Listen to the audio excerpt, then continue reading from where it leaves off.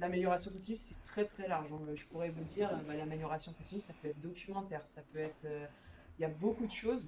Il y a des personnes qui vont avoir le même poste que moi à un autre endroit qui vont faire carrément une chose différente. Il faut Mhm. vraiment savoir le scope d'amélioration continue. Est-ce que c'est les performances de la production, les performances de la logistique, de la qualité? Dans une petite boîte, peut-être que la même personne s'occupe de tout. Dans les Ouais, plus c'est grandes possible ça. boîtes, de chaque chose différente.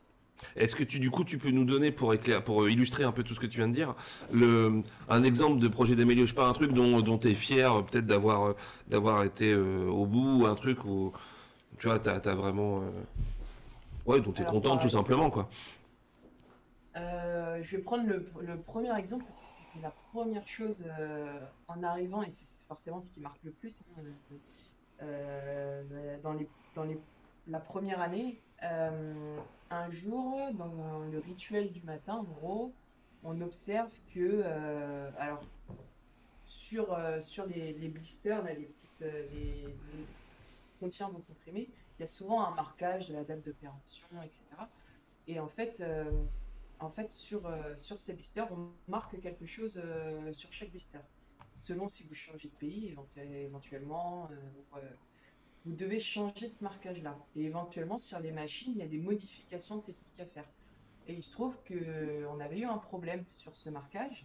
Et en allant voir les opérateurs, en allant voir les techniciens, bah en fait, cette opération de modification de pièces, qui était complexe, et ben on a réussi à la simplifier pour les opérateurs de façon à carrément mettre un détrompeur pour ne plus se tromper quand Mm, ils mm. réalisent cette opération-là.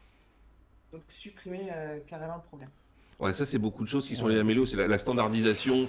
Tu parles de détrompeurs, on Ce appelle qu'on appelle un les pokayoke. pokayoke, voilà, qui sont des choses pour entre guillemets on va dire ne pas pouvoir se tromper. C'est voilà, c'est une prise femelle dans une prise, enfin une prise mâle dans une prise femelle ou des choses comme ça où on est sûr de pas se tromper. Et il y a dans l'amélio continu, moi quand je pense à amélio continu, je me dis tout de suite standardisation. Ça reste quand même essayer de structurer les choses au mieux pour éviter de se planter. Et on dit pas que les gens se plantent parce qu'ils ont envie de se planter, mais Non, c'est pour éviter, en fait, pour structurer sans être trop rigide des opérations, comme tu disais là, des changements de pièces, ça peut être de la maintenance ou des choses comme ça. c'est le principe d'amélioration continue, c'est que les gens qui font vont faire des erreurs. Et c'est normal. C'est normal. Quand on parlait de procédures tout à l'heure, un opérateur en moyenne sur une ligne, il a 200 procédures à connaître. Il faut quand même savoir ça, quoi. 200 procédures à connaître, c'est énorme parce qu'il y a une procédure pour les IPC, une procédure pour le nettoyage, une procédure pour ci, etc. Donc le pokayoke, ce que tu as fait sur le marquage, ça sert à faire que l'opérateur ne peut pas se tromper. Parce que l'erreur est humaine, mais on doit trouver le plus de détrompeurs pour éviter ça. Et c'est le principe de l'amélioration continue. C'est partir du principe que l'erreur existe et on fait tout pour l'éviter. Exactement. Mais sur des moyens physiques, réels, sur des méthodes, mais pas à se baser uniquement sur l'humain, quoi. Ouais, ouais. Et ça veut dire que pour ça, il faut, c'est la base du truc. Enfin, je vais faire un peu de philo là, mais ça veut dire que les erreurs et les entre guillemets les faiblesses, il faut les connaître, et il faut les mettre en lumière si on veut voilà, faut pas les planquer. C'est-à-dire que le principe pour moi de l'amélioration continue aussi, c'est de dire on met pas les trucs sous le tapis. Parce que ça sert à rien de planquer les problèmes et on les met en lumière Oui. et justement en allant les décortiquer, les investiguer, enfin c'est pas comme une déviation mais c'est vraiment en les décortiquant avec plein d'outils dont le TRS on va parler tout à l'heure mais tout un tas d'autres outils, on va générer des actions qui vont faire qu'on standardise les trucs et qu'on fera plus les conneries quoi. C'est comme ça, mais dans 80% des cas, le problème, on ne peut pas le supprimer. Donc, c'est au moins pouvoir le réduire. Si on ne peut pas le réduire, c'est ce que tu disais, c'est au moins pouvoir standardiser les choses pour que tout le monde pratique de la même façon. C'est un peu une pyramide comme ça à décortiquer. Mm, Et mm. j'ai vu un commentaire qui est ultra Ouais. important. C'était, je ne sais plus qui c'était, mais c'était en gros impliquer les opérateurs. C'est clair. Bah, toujours L'amélioration, la demander meilleure l'avis des amélioration, opérateurs. pour moi, c'est l'amélioration qu'on n'a pas trouvée nous, mais qui a été trouvée par le terrain, en fait. Parce que le principe, c'est que si nous, on trouve une amélioration, alors si par exemple, si c'est sur une façon de faire, si on l'impose ou si ça vient pas directement du terrain, alors déjà, une fois sur deux, elle n'est pas forcément appropriée. Quand ça vient du terrain, souvent, c'est beaucoup plus pragmatique. Ouais. Et du coup, c'est carrément, carrément la meilleure amélioration quand en fait ça vient pas de la personne qui fait de l'amélioration continue. En fait, le but, nous, un peu, c'est un peu d'être un coach, voilà, c'est pas à nous forcément de trouver les solutions, mais faciliter un peu pour trouver toutes les solutions. De faire un peu de coordination et d'essayer d'emmener les gens, quoi. Statistiquement, il y a une amélioration sur 2 qui va échouer. Et la cause principale des améliorations qui échouent, c'est pas parce que l'idée n'est pas bonne. C'est ce que dit Aurore et c'est ce que les gens me disent dans le commentaire aussi. C'est parce qu'on n'a pas impliqué l'opérateur ou l'opérationnel dans la décision de mettre en place cette action-là. Exactement. Donc, parce que avoir une idée, c'est facile. Mais faire en sorte que cette idée-là soit applicable et appliquée et que les gens y adhèrent, une équipe entière, c'est beaucoup plus complexe souvent qu'avoir une idée. Et dans l'amélioration continue, ce qui est le plus dur, c'est souvent cette phase de impliquer et engager les gens dans ce processus d'amélioration continue. Les Japonais appellent ça le Kaizen, c'est l'amélioration continue pas à pas et à baser sur le terrain, mais c'est essentiel. Ce qui est un des risques souvent de l'amélioration continue, c'est des experts qui arrivent avec la liste définie des sujets, vous allez faire ça, ça, ça, ça, ça. Et puis au final, la transformation ne se fait pas parce que les gens ne sont pas intéressés par faire des listes quand ce n'est pas eux qui ont défini ces actions-là. Et même s'il y avait des bonnes idées. C'est ça, même s'il y a des bonnes idées. Productif, quoi. C'est ça. C'est l'énorme difficulté de job d'amélioration continue. Quand on est jeune, on arrive sur un poste comme ça. Du coup, tiens, tu me fais une belle transition. C'est comment t'as trouvé, toi, du coup, c'était ton premier job, quelque part aussi, réel de la milieu continu. Et tu dis que tu dois bosser avec tout le monde. Tu dois être coordinatrice, chef d'orchestre, un peu de tout ça, faire ressortir des choses des gens pour qu'ils aient les bonnes idées, etc. Comment tu as réussi à bosser avec les gens? Est-ce que tu as trouvé ça facile? Après, ça dépend peut-être du caractère des gens, mais est-ce que tu as eu des tips à nous donner pour les gens qui voudraient se lancer là-dedans?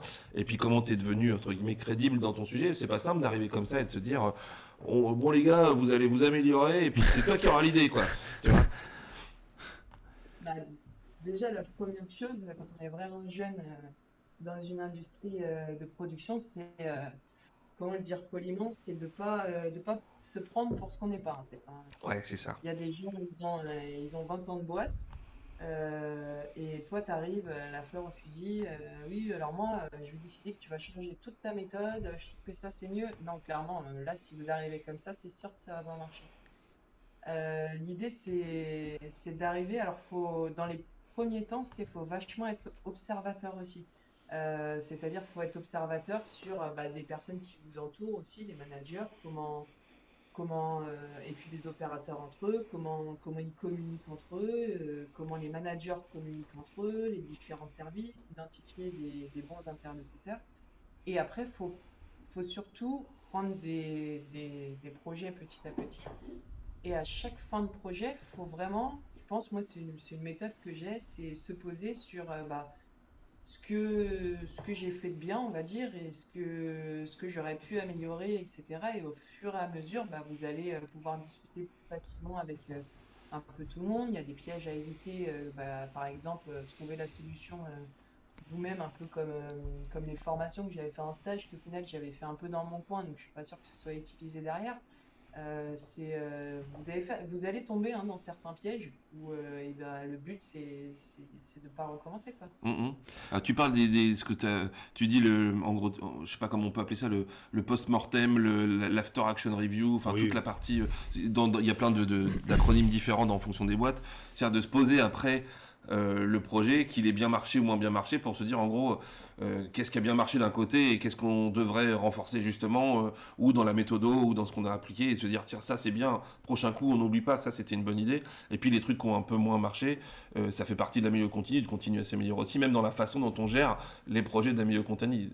C'est l'inception d'un milieu continu, mais ça c'est quelque chose qu'il faut faire globalement pour les gros projets et pour n'importe quel petit projet amélioré. L'inception, c'est le commentaire de François Caboulet. Et puis même pour les projets d'amélioration continue, particulièrement orientés production, il faut quand même garder en tête que vous avez des gens, ça fait 20 ans qu'ils sont sur les lignes de production, c'est leur quotidien.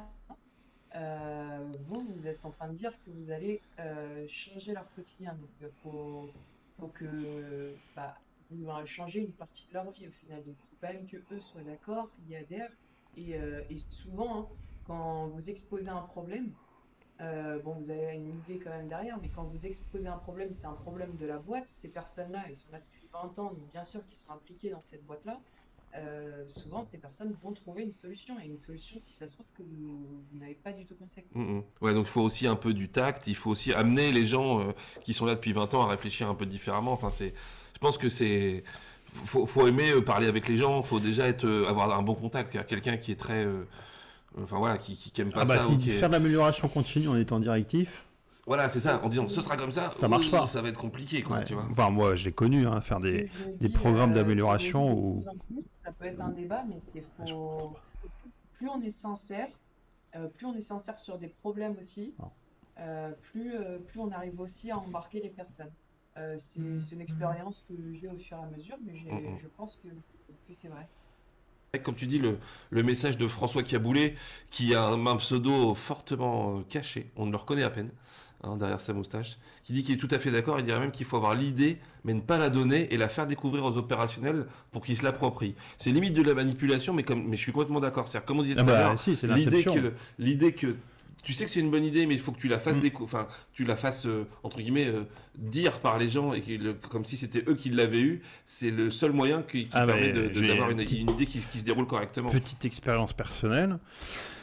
Je travaillais sur un atelier de production. On parlait des procédures. C'était 200 procédures pour opérateur. On avait, avec un certain nombre d'encadrants et d'assurance qualité, des idées sur la réorganisation du système documentaire. On a fait un workshop avec tous les opérateurs et les opérationnels.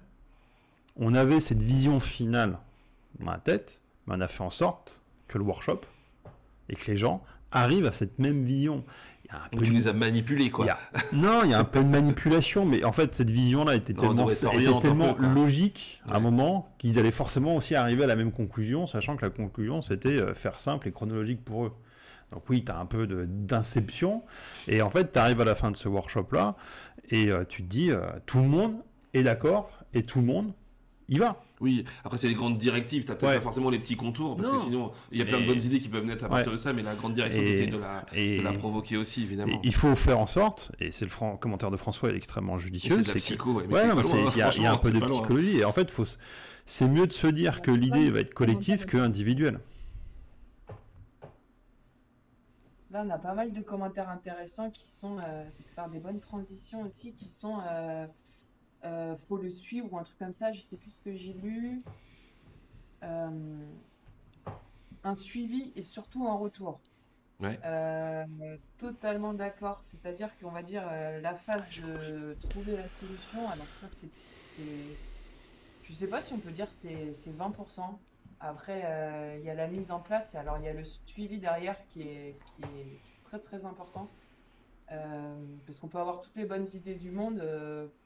Si c'est pas suivi derrière, on peut en avoir toutes les semaines des bonnes idées et ça va pas faire progresser, quoi. Et du coup, important de faire un retour. Moi, je veux rebondir là-dessus et insister lourdement aussi. On l'a dit tout à l'heure sur la partie After Action Review, comment qu'on l'appelle. Mais moi, ce que je trouve ultra important, on va faire bosser des opérateurs, on va faire bosser des gens pour participer à un projet d'amélioration. Ne serait-ce que la moindre des politesses, c'est de leur expliquer comment ça se passe à la fin. S'ils ont une bonne idée, et c'est valable pour l'amélioration continue, comme c'est valable pour les déviations qualité ou les choses comme ça, où on va faire participer les opérateurs. Et à la fin, les opérateurs, en gros, on leur a demandé des choses, comment ça s'est passé, ton problème, qualité, machin, où tu as participé à l'amélioration. Et donc voilà, l'idée, c'est de se dire, la moindre des choses, c'est d'aller faire un retour à ces gens qui ont participé au projet, et que ce soit... je dis pas de faire un grand festin avec un apéro monstrueux, mais, quoique c'est bien aussi, mais de dire, on leur explique au moins si leur idée elle a été prise, si elle a été travaillée pour aller jusqu'à une nouvelle procédure ou une nouvelle façon de faire, ou si le problème qualité il a été réglé grâce entre guillemets à l'apport qu'ils ont eu à l'investigation. Donc c'est ultra intéressant, quoi. Excusez-nous, on gère en direct. Mettre les opérateurs en avant ne coûte pas cher, mais est très gratifiant. Ouais, c'est la base. C'est la base pour fédérer l'équipe aussi, et notamment en amélioration continue. Comme disait Aurore, c'est rarement, on impose les choses aux gens, on a rarement une équipe de 50 personnes. Si on veut fédérer et puis bosser avec les gens, essayer d'avoir sa place là-dedans, il faut faire participer les gens du début, de la bonne idée ou de la déviation qualité, voilà, jusqu'à la fin, jusqu'à la clôture du truc et à l'action corrective. C'est ultra valorisant pour les gens. Et à l'inverse, c'est tellement... moi, je me dis, je suis à la place d'un impérateur, et comme je l'avais été, c'était un des trucs qui m'avait fait... voilà, que j'avais détesté quand j'étais opérateur, c'est de dire, j'ai participé à des investigations, mais le lot, je sais pas s'il a été jeté, pas jeté, je sais pas s'il y a eu des actions, j'en sais rien, parce qu'on est... la Q ou la prod ou n'importe qui jamais venu m'en parler. Donc ouais, c'est intéressant tout ça. Et donc du coup, alors il y a une question que voilà. Vas-y, Aurore, vas-y. Mon débat aussi, c'est comment on fait pour, une fois qu'on a eu la bonne idée, c'est comment on fait pour le faire vivre sur le terrain. Ah ouais? Et T'as ça, la réponse à ta question ou... bah, j'ai une partie de réponse. Après, on a un super parrain aussi qui s'y connaît bien dans le domaine. Donc, je veux bien qu'il m'appuie sur les réponses. C'est Même, toi, il y je a crois. plein de gens. Alors, pour suivre quelque chose, déjà, c'est les accompagner au début. Parce que les gens, on va avoir pensé une idée. Il va y avoir on aura beau avoir essayé de penser à tout, il y a des choses auxquelles on n'aura pas pensé. Donc, pour la Bien mise en sûr. place, c'est être présent, pouvoir répondre au plus vite aux anomalies, on va dire. Et par la suite aussi, c'est déjà savoir si les gens, ce qu'ils en pensent, avoir des retours, pour savoir si déjà, bon, à quel degré on est, est-ce que les gens sont embarqués ou pas. Et par la suite, c'est aussi donner de l'importance à ça. Si on a mis en place quelque chose, c'est parce que derrière, l'effort qui est produit par les gens sur ligne, il sert à quelque chose. C'est donner de l'importance, le suivre aussi. Exact. Et, euh, et voilà, je sais pas, Ludo, si tu veux compléter un petit peu. Dolujo, comment ça s'appelle déjà? Dolu Dijon. Dolu Non, Dijon. il veut pas compléter. Il fait sa technique, il veut pas compléter. Mais moi, j'adhère complètement à ce que tu dis. C'est ultra important et c'est la base de tout, quoi. Du coup, ouais, le temps avance déjà, donc on va essayer d'avancer un petit peu. Moi, j'avais une question à te poser, Aurore, là-dessus. C'est-à-dire que, alors, deux questions, on va dire. Est-ce que déjà, bon, là, tu as trouvé un poste, toi, donc tu vas me dire qu'il y en a des postes, mais est-ce que pour les gens qui seraient, entre guillemets, intéressés par ce type de poste d'amélioration continue, est-ce qu'il y a des postes dans les boîtes? Est-ce que tu sais si... Enfin, on pourrait répondre aussi, mais bon, est-ce que c'est quelque chose qui est, entre guillemets, porteur actuellement? Est-ce qu'il y a des boulots dans les entreprises? Ouais, pour les jeunes notamment et même pour les moins jeunes, hein, c'est un peu à la mode l'amélioration continue, surtout dans le secteur pharmaceutique. Donc, bon, c'est à la mode, donc il y a beaucoup de postes. Il faut faire attention, c'est ce que je vous ai dit. Il y a un peu tout qui est mis dans l'amélioration continue, donc il faut creuser un peu derrière quelles sont Mhm. réellement les missions. Mais pour les nouveaux, en tout cas, pour les gens, les juniors, il y a pas mal de postes qui sont ouverts alors, dans toutes les entreprises et qui sont pour ces personnes juniors justement. Et je pense que c'est un très bon poste à faire dès le début parce que vous n'avez pas de grosses responsabilités directement. Vous n'êtes pas manager direct, vous Mhm. êtes manager ce qu'on va appeler transversal. Mais du coup, ça vous permet de commencer à communiquer avec les différents métiers, d'apprendre des outils qui vous serviront dans n'importe quel métier par la suite. Et vous êtes d'ailleurs expert de ces outils à un moment donné, donc ça vous servira forcément par la suite. Mhm. Et du Et coup, je pense vas-y, que c'est vas-y. un très bon premier poste. Et alors, je rebondis aussi sur une question, comme tu parles des outils, là, on en a parlé un peu aussi, les outils donc théoriques de lean management, etc. Comme tu dis, la mieux continue, ça englobe tellement de choses que voilà, on pourrait en parler pendant des heures. Il y a des tonnes et des tonnes de bouquins là-dessus. Est-ce que tu conseillerais à quelqu'un, donc on va dire quelqu'un de plutôt curieux, qui aime les gens, qui aime le terrain et qui veut améliorer les choses, qui voudrait se lancer là-dedans, est-ce que tu conseillerais à ces gens de potasser des bouquins ou d'apprendre quelques outils théoriques avant, ou alors non, le bon sens paysan et tout ce qu'on vient de dire depuis tout à l'heure, qui est des principes de base, ils peuvent suffire. Alors, les deux sont importants. Je dirais potasser des bouquins avant. C'est pas forcément mon style non plus, donc je pense pas l'avoir fait et je pense pas que j'ai eu de problème avec ça.